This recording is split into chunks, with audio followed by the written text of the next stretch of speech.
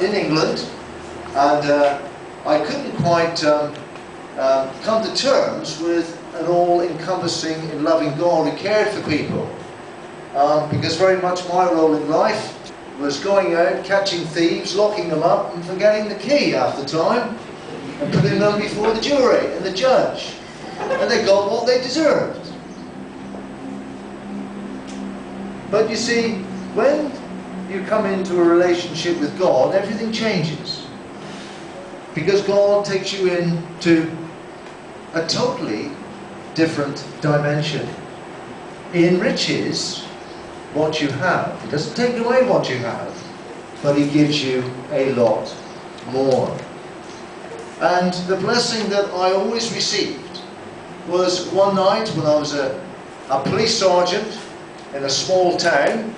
At 2 o'clock in the morning, we had a call that came in one night, and we had a burglary. And a window went in, and somebody reported that a shop had been broken into, and that 2 men had made off with a load of cigarettes and a load of booze. And we immediately went out, as you do, to track down where these 2 guys had gone. They had gone into a flat, and so we went in to arrest them. Did they come quietly? No. And as we went through the door, we ended up with an almost terrible fight with these 2 guys. And me and this particular young man, he was a heroin addict, went crashing through a window. There was glass, there was blood, there was everything everywhere. And I was extremely angry with that young man. We took him down to the police station, we put him in a cell, and I felt, if you've ever been in that situation when you have been hurt in that way, or your immediate reaction is to what sometimes? You want to give one, what do you want to do? Give one back, don't you? You want to take a bit of revenge. And I just felt God, at the moment that I felt this terrible anger coming on me, I just felt, it was almost like I froze. And God was saying, no. This man needs help. He needs prayers. He needs to be loved. And that night, with that young chap, I sat down with him and prayed in his cell with him.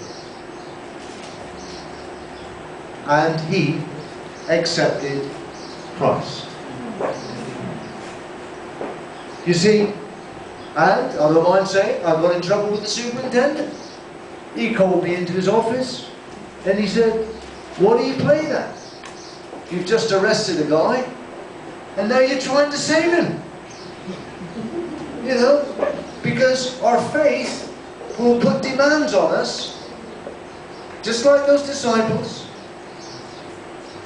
That's the price of our faith sometimes. It will demand from us.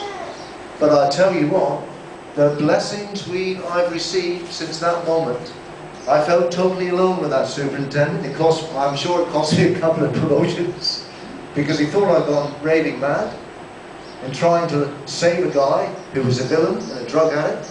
But I said, no, this guy needs help.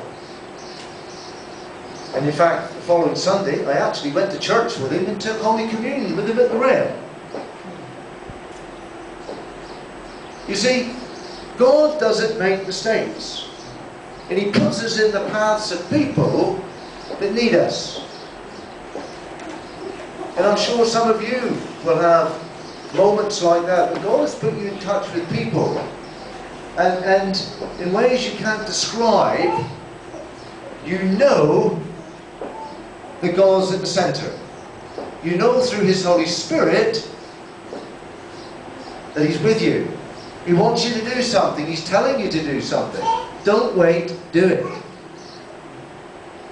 Now that was my first step of faith. Because it's all right talking about faith, but we've got to take a step.